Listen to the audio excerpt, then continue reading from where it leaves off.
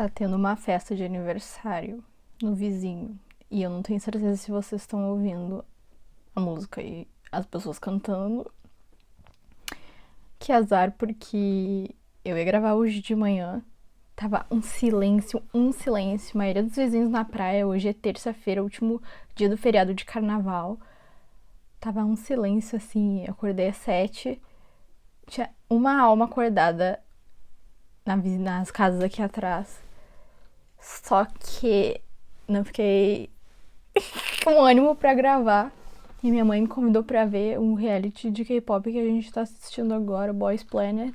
Aliás, se vocês decidirem assistir este reality, por favor, votem no Soco Matthew. I love you, I want you, Soco Matthew. Pra ele conseguir debutar no grupo. Enfim. Aí minha mãe me chamou pra ver, e daí tá, eu quis ver os episódios que faltava pra ela se atualizar, e aí eu não gravei de manhã. E agora eu decidi gravar de noite e tá uma barulheira. Mas eu tenho quase certeza que vocês não estão conseguindo ouvir. Porque mal eu tô escutando agora. Então, acho que vai dar tudo certo. Pior que eu tô achando que com a luz de cima acesa fica melhor o vídeo. Acho que fica melhor assim, hein, gente? Ah, eu vou deixar a luz acesa dessa vez no vídeo. A luz do quarto normal. Eu nunca deixo, mas vou deixar. Fica mais claro tudo. Nem acredito que eu tô de volta gravando um vídeo de análise e resenha. Demorei muito tempo, gente, pra voltar. Deu aquela virose lá da cólica. Aí depois eu fiquei com enxaqueca. Estou aqui de volta. Finalmente. Uhul. Tá bom o enquadramento. Eu já nem sei mais me preparar de tanto tempo que... Mentira, eu gravei um vídeo semana passada. Ah, mas não era o enquadramento dos vídeos de análise e resenha, então... Espero que esteja tudo certo aqui. Então, gente, bem-vindos ao Lua Literana. Eu sou a Ana Moon e hoje eu vou contar pra vocês como foi ler o livro Ring, que é o livro que deu origem ao filme O Chamado. Eu não sei se vocês conhecem o filme, porque ele é relativamente antigo, né? Já passaram 20 e poucos anos do lançamento. Mas pra quem não sabe, O Chamado foi, assim, um sucesso no gênero de terror quando foi lançado, assim. E realmente, pra época, o filme foi muito assustador. Tipo, muito as pessoas. Tipo, sei lá, hoje em dia O Chamado seria aquele filme Hereditário, sabe? De nível de horror, assim. Então, e eu descobri recentemente que ele foi baseado nesse livro aqui, Ring, que é do autor japonês Koji Suzuki.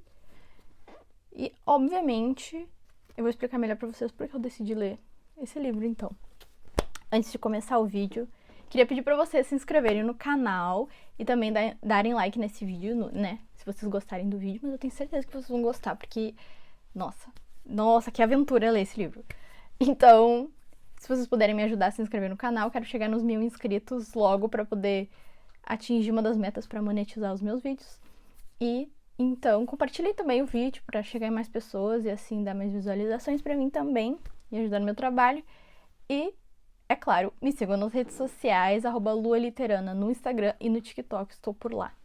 Então, gente, o motivo da escolha dessa leitura tão abrupta, que estava fora da minha lista de livros que eu leria nos próximos meses, mas eu então descobri que existia o livro que deu origem ao filme. E, como eu expliquei, pra quem não sabe, O Chamado fez um sucesso estrondoso no início dos anos 2000 ali. Então, eu lembro que eu era criança e, tipo, todas as crianças na escola falavam sobre esse filme e sobre o quão assustador ele era. E o filme era sempre a escolha principal quando a gente se reunia com os amigos pra assistir filme de terror na casa um do outro. E isso ficou muito marcado pra mim, então, da infância, porque eu tenho até uma história bem assustadora do dia que eu fui ver O Chamado na casa de uma amiga, mas não quero me estender nisso. Mas, enfim, eu tenho várias memórias de medo desse filme, assim. Então, o filme O Chamado nunca saiu da minha cabeça, a história do Chamado, né? Nunca saiu da minha cabeça. E não digo que foi um trauma que permaneceu durante a vida, Talvez seja um nível de trauma, sim, na verdade, porque eu evitei conteúdos relacionados a essa história por muitos anos, por causa dessa sensação ruim que eu tive quando eu era criança, quando eu assisti o filme. Obviamente que o filme não é recomendado pra uma criança de 10 anos. É um filme de terror, sabe? Mas sabe como é, né? Eu sempre gostei muito de terror, sempre tive esse interesse, essa curiosidade, né, pelo gênero de horror. Então, eu acabei vendo muito cedo o filme. Então, eu acho que eu não consegui apreciar a qualidade e a criatividade da história e eu só consegui ter medo. Então, ficou meio que esse trauma durante a minha vida.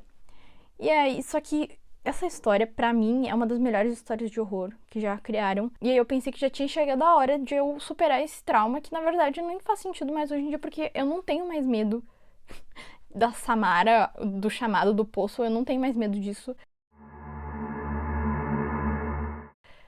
Outras coisas me assustam hoje em dia mais relacionadas com a realidade do que com filmes de terror em si, assim, que são baseados em histórias fictícias que muito difícil de ser verdade, de acontecer na vida real. Então eu decidi ler o livro pra ver se o trauma passava, assim, e eu superava esse medo de uma história que hoje em dia eu com certeza teria maturidade pra apreciar, assim, os pontos positivos, os pontos criativos que o autor conseguiu atingir ali na narrativa. E terminei de ler o livro e aí vocês perguntam, passou o trauma? Não totalmente, assim. Eu achei esse livro um dos livros mais assustadores do gênero de horror, assim, que eu já li na minha vida. Mas, com essa habilidade que eu tenho hoje em dia de fazer as leituras críticas, né? Eu consegui identificar os aspectos que fazem a história ser tão horrível, assim, e se destacar, assim, comparada com outras histórias. E eu acho que essa história do chamado com certeza inspirou muitas outras obras do gênero de horror que vieram depois. E então, apesar dos pequenos pontos que me incomodaram ali na narrativa que eu vou falar depois, eu admiro o autor por ele ter tido essa ideia tão genial e original assim nos anos 90. Então, vou explicar pra vocês ali o contexto histórico deste livrinho aqui. Eu, antes de então ir para as informações mais técnicas do livro, mostrar para vocês aqui, ele custou então o preço que tá aí que eu não consigo enxergar. Em dólar. Volta, foco. Aí voltou. Espero que tenha voltado, que outro dia eu fui gravar e fazer isso e aí não voltou totalmente o foco e fiquei agoniada a edição inteira do vídeo. Então, ele custou $13. Eu acho que ele foi mais barato que $13,95, porque eu comprei na Amazon. Eu comprei quando eu estava nos Estados Unidos, na Amazon dos Estados Unidos. Infelizmente, esse livro não tem em português, gente. Nunca foi traduzido para o português. E quem conseguir ler em inglês, pode comprar ele no Kindle e ler em inglês no Kindle. E é isso que eu tenho de informação para vocês sobre a acessibilidade da história. Ou a gente lê em inglês, ou a gente manda um e-mail para as editoras pedindo a tradução desse livro aqui. Eu não gosto de fazer resenha de livro que não tem tradução em português, porque não faz sentido nenhum, né? A gente fala português aqui no canal, muita gente não tem condições de aprender a língua inglesa, então eu não gosto de fazer resenha quando você não tem acesso à leitura em português. Mas esse livro é muito uma exceção, então eu vou dar o meu máximo pra contar pra vocês como a história é boa. Mas eu não vou contar em detalhes, tá? Porque esse é um livro, assim, bem investigativo, assim, quase se baseia bastante em vários elementos de livros de mistério e investigação, tipo Sherlock Holmes, assim. E então ele é mistura do horror e mistério e investigação, mas eu queria que vocês tivessem a experiência de ler todos os detalhes por vocês, então eu não vou contar os detalhes do livro, os detalhes das investigações dos personagens do livro, mas vou tentar dar uma ideia do que é a história. Não sei se vocês conseguem ver aí, mas tá aqui a arte do livro, é um círculo, né? Aí fica a palavra ring, ring, ring, ring se repetindo aqui. Então, o nome do livro é Ring, e a tradução do japonês de Ringu, que é a palavra que o autor escolheu para ser o título do livro em japonês. E o autor, então, é o Koji Suzuki. Vou colocar umas imagens dele aí na tela para vocês verem, né? Sempre é bom ter uma ideia de como é o rosto do autor. Eu traduziria diretamente o significado do título para o português. Eu acho que eu colocaria a palavra círculo, literalmente círculo, que é o que significa ring, mas talvez corrente se encaixaria melhor. Em português, o título poderia se encaixar melhor sendo a corrente. Pensando no enredo e pensando na palavra diretamente, círculo faz mais sentido. Mas a minha escolha pessoal seria a corrente. A corrente. Tipo, corrente de... Não de objeto corrente, mas corrente de uma coisa passa para outra, né? Então, vocês vão entender por quê. O livro, então, ele é de 1991 e se passa nos dias atuais da época, de Tóquio.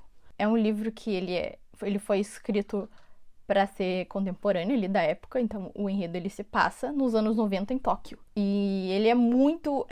a tecnologia da época é muito importante pro enredo, assim, e esse é um dos fatores legais de ler um livro que se passa nos anos 90 e tem a tecnologia como elemento importante para a história, porque a história não faria muito sentido hoje em dia, assim.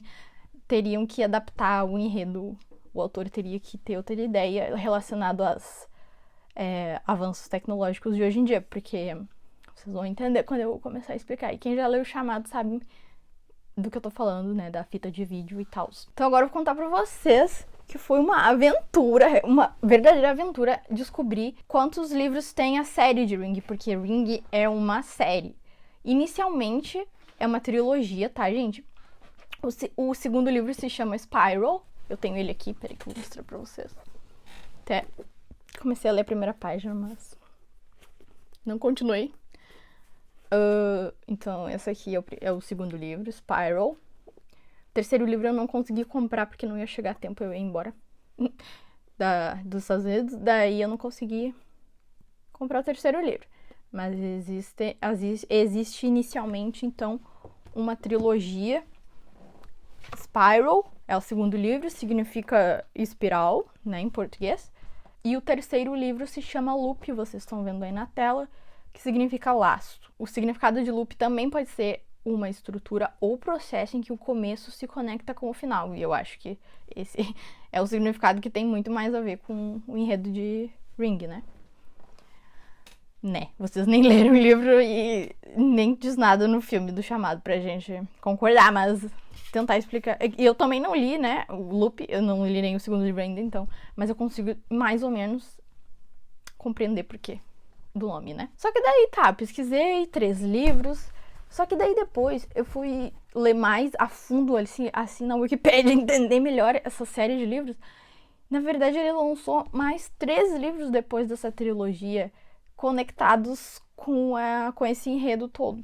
Então, no total, são 6 livros relacionados ao universo de Ring. Em seguida, então, depois do Loop, teve Coletânea de Contos Birthday, que significa aniversário em português, né?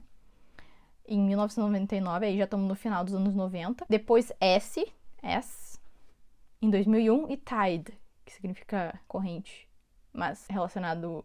Olha só como o português é bizarro, porque 2 palavras significam corrente em inglês. Mas Tide é corrente marítima, né? Mais a ver com o mar ali. Que foi lançado em 2003. Então, ó, entre o 5º livro do universo Ring e o último, passou 12 anos. Então, pra mim, é o trabalho da vida do cara, assim, porque ele começou em 91 e terminou em 2013. E eu sei ali do que eu li, do processo de escrita, ele escreveu o Ring, tipo, com o bebê dele que tinha recém-nascido no colo, assim, então... Não sei como ele consegue escrever um livro de horror cuidando de um bebê, né? Mas bizarro, a criatividade que a gente tem, assim, não tem nada a ver com a realidade. E ainda existe um livro paralelo conectado ao universo de Ring, que chama Promenade of the Gods, que foi lançado em 2003. São bastante livros desse universo. E eu ainda tô indignada que o Brasil não se pilhou em traduzir esses livros, gente. Olha que legal, quantos livros relacionados ao universo. Então, uma curiosidade sobre o Koji Suzuki. Ele é conhecido como Stephen King do Japão. Ó, tudo a ver com o canal aqui que eu já fiz review do Stephen King. E depois de ler o livro, olha, tem algumas semelhanças com a escrita do King. E eu gostei mais da escrita do Koji Suzuki. A escrita em si, assim, é ok, não tem muito o que elogiar. Tipo, é um livro de horror, assim. Mas a escrita é um livro bem escrito, bem similar aos de Stephen King. Mas a história em si, eu gostei mais da história. Me deu mais medo a história do Koji Suzuki. Então, eles comparam Stephen King só pra gente ter uma ideia, assim, do sucesso que fez o livro no Japão, né? A gente não consegue ter essa noção de um país que é tão distante do nosso universo ocidental aqui. Então, é por isso que eles fizeram essa comparação com o Stephen King. Eu até quero achar onde é que tá essa comparação. Que foi aqui no livro mesmo que eu li. Enfim, tá em algum lugar aqui no livro. Para quem se interessar, então, existem outras obras do Koji Suzuki que não tem a ver com Ring, né? Vou dar um exemplo de algumas delas, que é Paradise, que foi lançado em 2006, Dark Water, em 1996, e The Shining Sea, em 1993. Nenhuma tem no Brasil, gente. Então, é isso. Essa é a minha frustração a respeito dessa análise que eu tô fazendo hoje, né? Essa resenha. Esse vídeo é um pedido de, por favor, editoras, traduzam os livros do Koji Suzuki. Eu vou tentar agora, então, resumir pra vocês o enredo.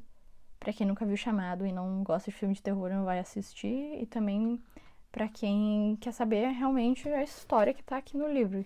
Porque o Chamado filme é só uma mera adaptação americanizada ainda, né? Porque o enredo é todo no Japão, então eles fizeram bastante mudanças no filme. Mas o cerne da história é o mesmo, né? Então, o protagonista é um jornalista chamado Kazuyuki Asakawa. E ele decide investigar a morte simultânea de 4 adolescentes, sendo um deles a sobrinha de sua esposa. Todos morreram no mesmo dia, no mesmo horário, e com expressões assim meio distorcidas de horror. Então, a primeira parte ali, as primeiras páginas do livro é a descrição da morte da sobrinha da esposa dele. A cena é bem assustadora. E aí depois a gente vai direto pro Asakawa, que é o protagonista, e ele descobrindo aí essas mortes simultâneas e ficando bastante intrigado, né? E aí, então, ele decide investigar essas mortes e entender por que elas são tão estranhas, por que elas aconteceram exatamente no mesmo horário e do mesmo jeito, né? Todos tiveram parada cardíaca e morreram do nada. Tipo, pessoas jovens, 4 ao mesmo tempo, isso acontecer no mesmo horário. É um bom motivo pra ele como jornalista, que ele trabalha numa revista, eu acho, ou jornal, não lembro. Mas enfim, ele é um jornalista, e aí ele fica curioso a respeito disso, e também porque tem relação com a mulher dele ali, com a família da mulher dele. Então eu acredito que dá pra entender ali da história que ele se motivou também, porque é o acesso à informação mais fácil, né, quando tá perto da família. Então, a investigação que ele começa ali leva ele a um resort de férias chamado Hakone Pacific Island, onde os 4 adolescentes se hospedaram em uma cabana uma semana antes das mortes. Isso é igualzinho no filme Chamado. Mas no filme Chamado, eles mudaram o gênero do protagonista. Então é a Naomi Watts, é a protagonista. E ela, então, é a principal, é uma mulher, em vez de ser um homem, que no livro é o Asakawa. Então o Asakawa vai lá, né, se hospedar na mesma cabana que os adolescentes ali. E ele tá suspeitando que todos se infectaram com algum tipo de vírus ali naquela cabana. Ou algo nesse sentido. A gente vai entender mais pra frente que ele não tá tão errado assim. Tem a ver com... Vocês vão entender. Então ele se hospeda ali, na mesma cabana, e encontra um caderno onde os hóspedes podem deixar recados, assim. Eu nunca vi isso, eu nunca me hospedei em nenhum lugar que tem isso, mas não é nada normal, assim. Eu já vi lugares fazerem isso, que tem um caderninho que todo mundo anota alguma coisa. Ele abriu o caderninho pra ver o que as pessoas estavam escrevendo ali, ele já tá no pique da investigação. E aí o último recado do caderno é isso aqui, eu traduzi do inglês, né? Tentei dar o meu melhor ali na tradução. Essa é o bilhete que a pessoa escreveu ali no caderno. Considere-se avisado. É melhor você não ver, a menos que tenha coragem. Se ver, vai se arrepender. Risada maléfica, entre parênteses. E aí, né, pronto. O Asakawa já tá intrigado. Que é o... E aí ele conclui que quem escreveu aquilo foi nos adolescentes, porque eles foram os últimos a se hospedarem na cabana, né? E aí ele começa a ficar intrigado e analisar a cabana ali em volta com mais atenção, tentando entender o que pode ser visto que causará arrependimento na pessoa, né? Então seus olhos de repente se prendem no aparelho de VHS. Por isso que eu falei que ali anteriormente eu falei que a tecnologia da época é muito importante para a história. Porque na época a gente, pra quem nasceu depois dos anos 2000, as pessoas assistiam fita de VHS, né? Não tinha internet, nada. Então eram fitas. O aparelho de VHS, existia um aparelho e tinha as fitas. E aí tu enfiava a fita e assistia as coisas ali, os filmes, tudo. E aí ele colocou os olhos no aparelho de VHS e se lembra que na recepção do resort ali havia uma estante com muitos filmes para a pessoa que se hospeda poder assistir. E aí ele volta lá e vê uma única fita solta, sem capa, sem... Sabe que a fita VHS, ela tem uma capa que é uma... de papelão, geralmente, ou de plástico, que abre e fecha. Mas a fita tava sem nada, assim, tava solta. E então ele pede pra assistir essa, né? Já na intenção de que talvez seja essa a fita que os adolescentes assistiram e falaram pra a pessoa não ver, senão vai se arrepender. E aí que pra mim é o ápice, assim, do horror do livro, que é a descrição. Eita, Siri. Para, Siri. Parece que você não tem nenhum app chamado Rodo Livro. Você pode procurá-lo na App Store. Tá bom, obrigada. Então, como eu estava dizendo, a descrição do vídeo da fita, pra mim, assim, é o ápice do horror do livro, porque são imagens aleatórias e aparentemente sem conexão, e elas são muito estranhas. A descrição toda é muito, muito assustadora. Então, eu só dar um exemplo de como começa o vídeo, assim. Começa tudo escuro e um ponto pequeno de luz começa a piscar, se expandindo gradualmente e pulando da esquerda para a direita. Esse ponto vira vários, então formam palavras. E aí as palavras que aparecem na televisão é: assista até o final, você será devorado pelo perdido. Provavelmente em inglês estava by the lost, e aí eu tive que traduzir pra vocês pelo perdido, mas não faz muito sentido. Não faz nem em inglês sentido ter só isso, né? Então o final da frase é estranha, porque não tem o final da frase, mas ele continua assistindo de qualquer jeito o vídeo. E a descrição das próximas imagens, elas duram 6 páginas. É bastante longa a descrição, apesar do vídeo ser rápido. E contar pra vocês que a leitura é em silêncio dessas 6 páginas e dessas imagens estranhas é bem assustador, assim. Eu vou dar um exemplo de uma das cenas, por exemplo, um bebê recém-nascido com sangue, assim. O rosto de uma senhora falando algumas coisas estranhas. Uma montanha. Mentira, não é uma montanha. É um vulcão. No Japão tem bastante vulcão, então a cena é um vulcão, assim, só. Aí o caractere de montanha. Que mais tinha de descrição? Não lembro. Mas enfim, eram várias cenas aleatórias, assim, um homem, assim, machucado, parecendo conturbado, assim. Várias cenas desconexas. E aí no final dessa sequência de cenas desconectas, aliás, no filme do Chamado não tem nada a ver com essas cenas do livro. Eles tiveram que criar toda uma nova história relacionada à fita e às imagens da fita pro filme. Não sei porque eles fizeram isso, mas eles fizeram isso. Então, as imagens que são descritas no livro não são as mesmas do filme Chamado. Por isso que eu queria que vocês lessem o livro, porque eu achei bem mais assustador o livro do que o que... Assim, ó, o filme do Chamado, as imagens também são assustadoras, mas o do livro é mais. Então, é isso. Então, no final do vídeo ali das imagens, há uma mensagem interrompida, tá? Tá escrito assim: aqueles que assistirem essas imagens estão fadados a morrer nesta hora exata daqui a uma semana. Se você não deseja morrer, deve seguir exatamente as instruções. Aí, na hora que vai aparecer as instruções, um comercial é gravado por cima das instruções. Pra quem não sabe, no VHS dava pra gravar coisas na fita, né? Que estão passando na televisão, nos canais, né, da televisão.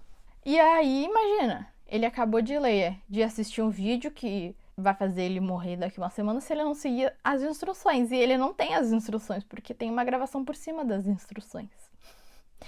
E ele fica desesperado, né?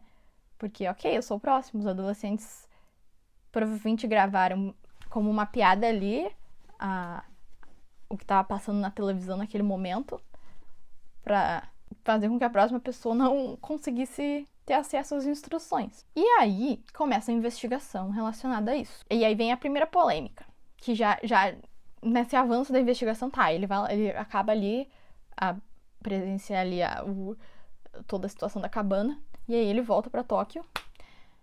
E aí ele procura um amigo chamado Ryuji, que é dos tempos da escola, para ajudá-lo a entender o vídeo. E esse amigo, ele é professor de universidade, então ele é descrito como uma pessoa bem inteligente. E também uma pessoa bizarra, assim. E é aí que me incomodou o livro inteiro isso, porque a descrição do Ryuji no livro, ele tem todas as características de um personagem nojento, assim, um vilão praticamente. Ele é assumido, eu não vou falar essa palavra, senão meu vídeo vai ser cortado talvez, mas ele assume que ele viola mulheres. Essa palavra eu acho que posso usar.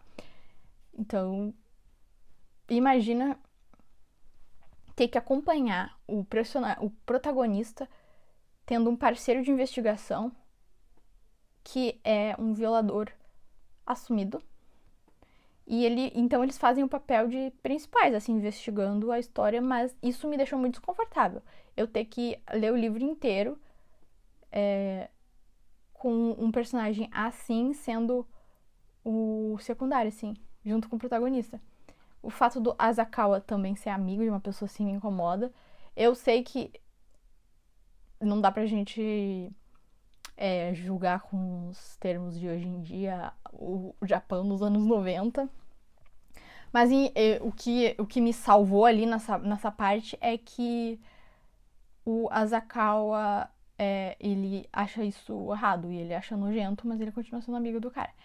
E o fato dele não se sentir culpado em mostrar o vídeo que ele viu pro Ryuji por causa desses crimes que ele cometeu e comete. Tipo, ele não se sente culpado se o Ryuji morrer, porque ele é uma pessoa horrível. Então isso, assim, deu uma leve equilibrada ali na sensação ruim de ter que ler um personagem desse sendo parceiro de investigação do principal, sabe? Eu não sei o que vocês acham, qual é a opinião de vocês. Mesmo não lendo do livro, vocês podem dar opinião sobre isso, assim.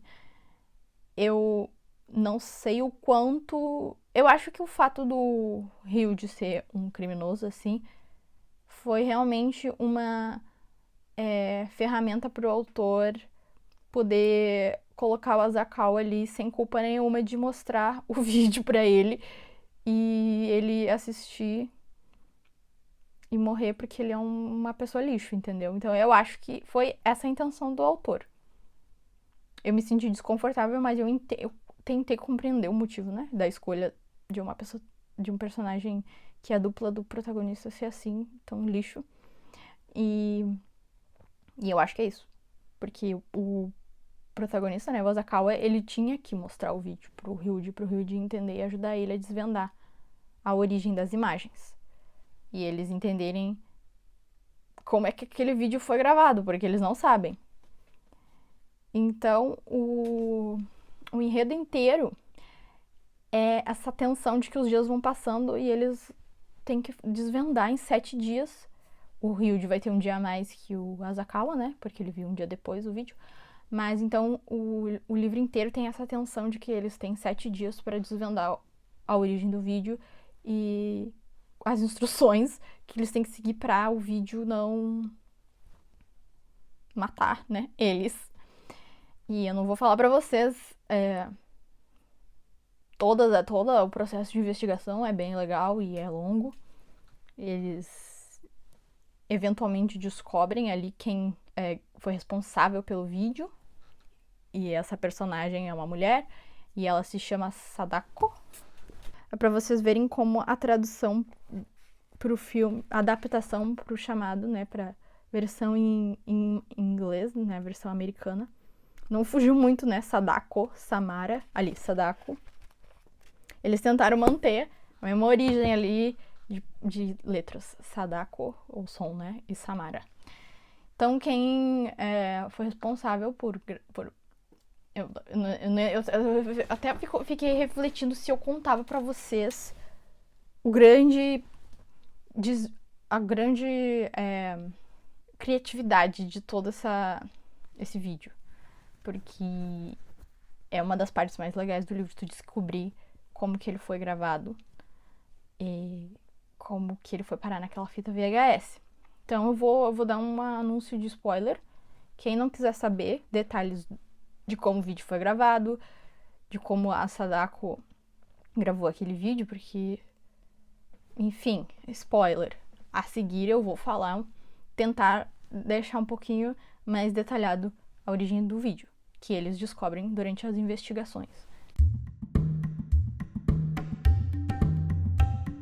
Então, gente, eles literalmente têm que pegar todas as imagens do vídeo e identificar quem são as pessoas que aparecem ali, quem são os lugares que aparecem. Eles descobrem qual é o vulcão específico que aparece no vídeo.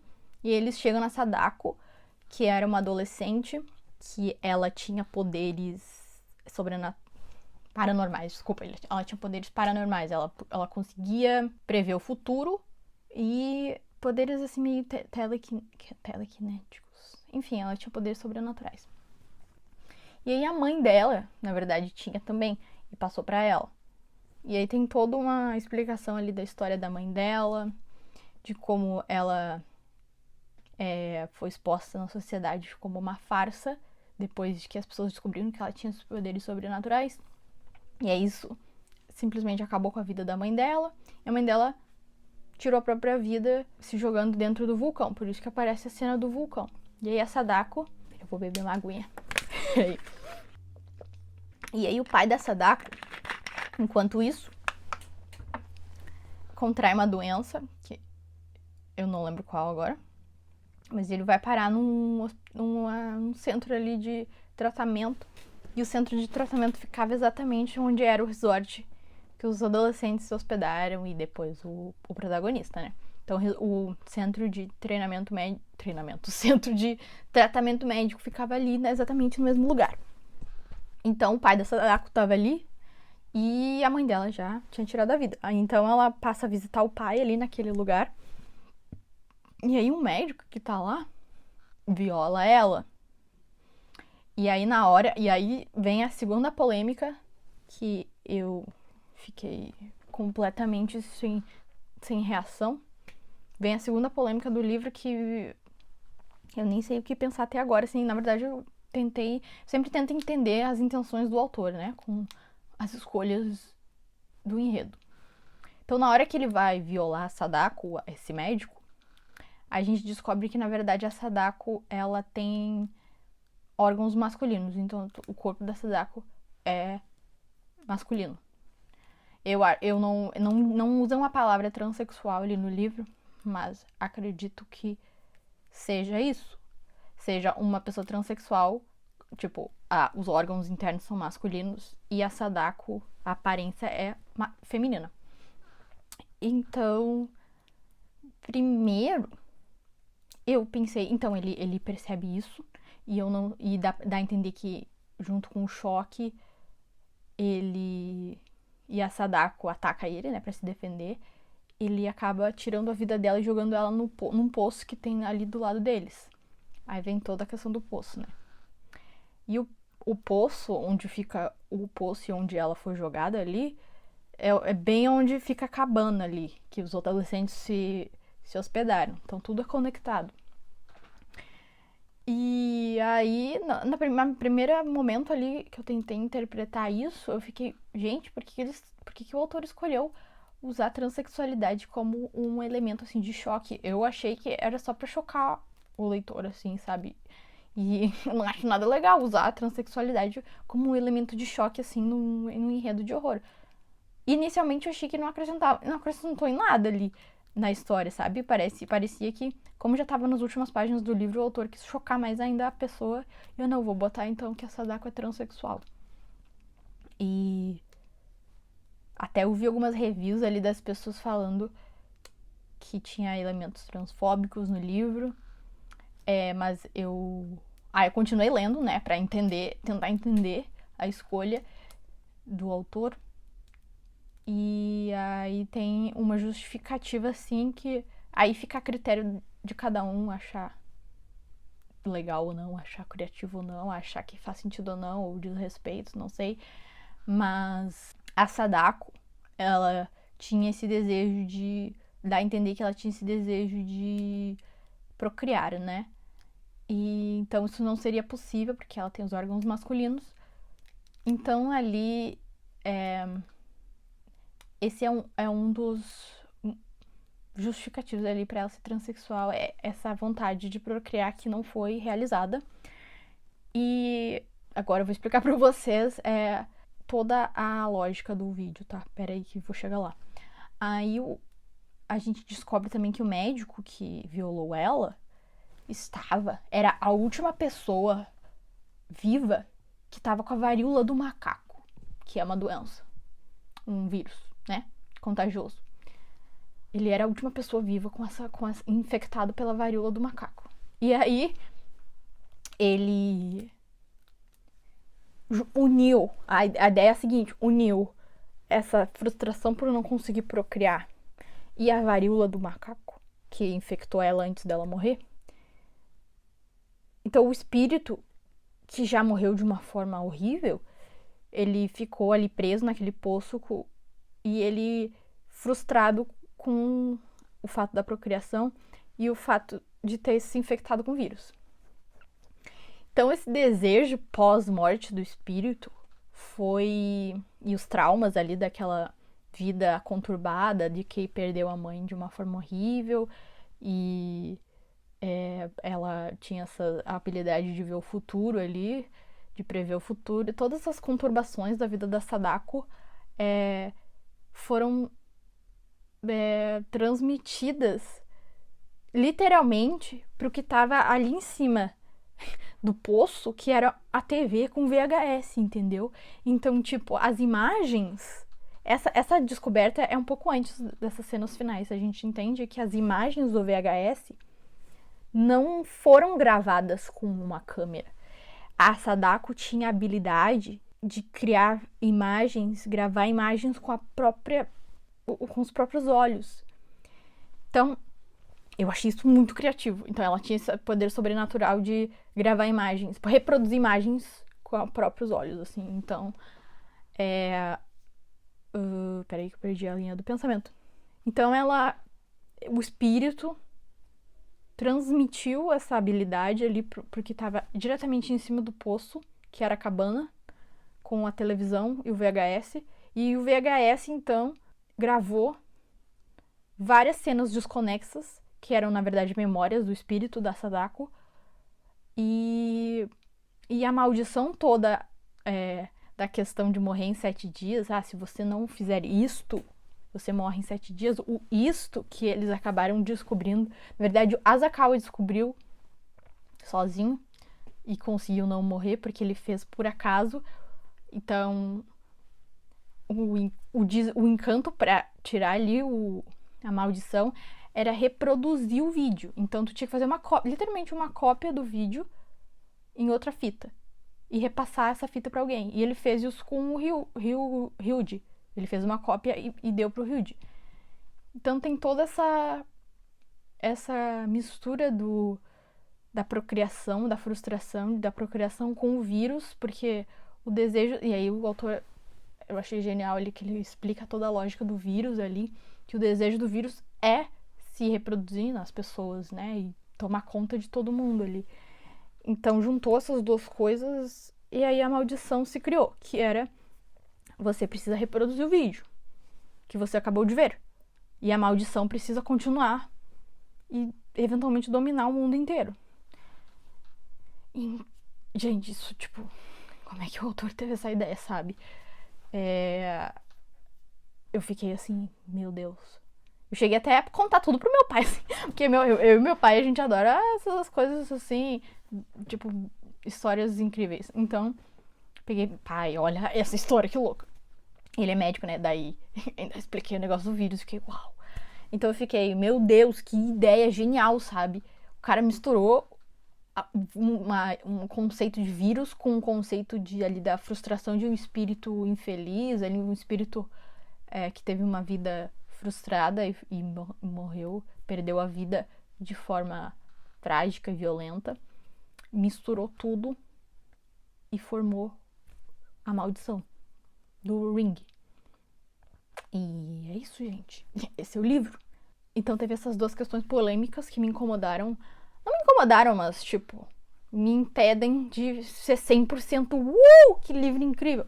Essas duas coisas que eu fiquei pensando, assim, a questão do Ryuji e a questão, assim, da transexualidade, que eu não consegui chegar a uma conclusão total, assim, de, pô, isso foi uma ideia transfóbica ou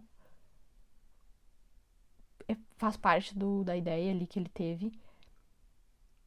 Porque, tipo, eu não sei se... Eu acho que funcionaria sem a Sadako ser transexual. Porque ela não conseguiu procriar. Ela morreu antes disso. Pronto, ponto. Entendeu? Tipo, a transexualidade não ia fazer diferença. Ok, que ali o fato de ter órgãos masculinos, ali na ideia do autor, talvez tenha feito sentido, né? Só que eu acho que a transexualidade é um tópico hoje em dia muito sensível pra se usar assim, dessa forma, entendeu? Na época, não existia discussões, eu acho, nessa profundidade. Eu acho, não tenho certeza, né? Não existiam... os transexuais tinham um pouco oportunidade de ter voz, assim. Então, eu acho que não existia essa... Ainda mais no Japão, né, gente? Que a gente sabe que é um país bem conservador. Não existia isso. Então, eu acho que hoje em dia, esse aspecto da história não pegaria nada bem. E eu consigo resolver toda essa boa ideia que o autor teve sem a Sadako ser transexual. Eu acho que funcionaria se a Sadako ser uma personagem que queria ter filho e não conseguiu porque morreu, perdeu a vida antes disso. Ponto. Tá ótimo. Então, só essa questão que me impede de, tipo, ficar 100% satisfeita com a história. Que é uma ideia genial. Acho que é a ideia mais genial que eu já li na minha vida de livro de horror, assim. Mas tem isso. Que eu acho que foi Mas é que, gente, o livro foi escrito nos anos 90, a gente tem que lembrar dessas coisas. A gente não dá pra gente julgar o livro com olhos atuais, assim. Aí isso ainda me faz me perguntar, será que é dito? Mas não... Porque já traduziram livros muito piores. Com questões muito piores. Muito mal utilizadas pro português. Eu fico, será que as editoras não traduziram esse livro? Mas acho que não é isso. Talvez seja um motivo, não sei. Mas a literatura é isso, entendeu, gente? É a gente ter a nossa própria opinião, ter a nossa interpretação, decidir se a gente gosta ou não das escolhas do autor ali pro enredo. Eu, particularmente, não gostei do elemento de usar a transexualidade como frustração ali da Sadako. E é isso, gente. 5 luas com um asterisco ali dessa questão transfóbica que eu concordo. Acabo concordando, não que eu tenha local de fala pra isso, né? Mas acabo achando sim que poderia ter se resolvido sem usar transexualidade. Ainda mais quando o autor não é transexual, então tem limites as coisas, entendeu? Na vida, assim. A literatura, tipo, o uso de questões da realidade na literatura, eu acho que tem certos limites que a gente deve respeitar, sim. Ainda mais quando dá pra resolver a história sem esse elemento extra ali. E é isso, gente. Nossa, eu achei que esse vídeo ia ser mais rápido. Ó, eu sempre falo isso no final, mas... E agora eu com certeza vou ler o segundo, né? Pra contar pra vocês a continuação da história. A história é incrível, assim, é muito criativa e o cara conseguiu estender. Aí a gente vai ter que ler o resto da série pra decidir se ele não estendeu demais, né, essa ideia. Eu acho que não, porque o livro acaba bem antes do Asakawa... Ai, não contei pra... não vou contar pra vocês os detalhes ali do enredo, mas o livro acaba num momento crítico ali, entendeu? Que precisa ser resolvido.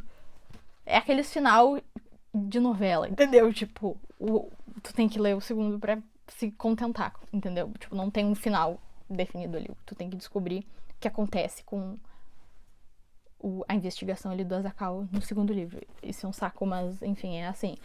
Então eu vou ler o segundo livro também. E provavelmente o terceiro e provavelmente todos os outros, porque fiquei muito impressionada com essa ideia. Mas sempre com esse porém de, tipo, essa questão ali. Até seria interessante se alguém que tá assistindo é transexual poderia me falar o que vocês pensam disso. Depois que eu expliquei tudo. E se vocês não estão entendendo o que eu tô falando porque o spoiler já acabou, talvez vocês ignorem o spoiler e assistam a parte que eu conto coisas. Eu queria muito saber a opinião de pessoas transexuais sobre isso, sabe? Porque foi escrito por uma pessoa que não é transexual e utilizar essa identificação ali de forma como uma ferramenta ali pro plot, que eu achei que poderia ter sido evitada, me deixou pensativa. E é isso, gente. Essa é a complexidade, assim, das histórias. Tem histórias que são muito boas, como essa, mas que tem elementos que a gente não vai gostar. Ainda mais quando o livro foi escrito há 30 anos. O livro foi escrito há 30 anos. Enfim. Então foi isso, gente. Já falei quantas luas eu dei. 5 luas, porém... Com um grande porém. Mas nos vemos no próximo, que vai ser bem em breve, que eu tô terminando a próxima leitura pro canal, então... E não vai ser horror, tá? Vai ser gênero drama, vida real. Vocês vão entender no próximo vídeo. Então é isso, gente. Até a próxima.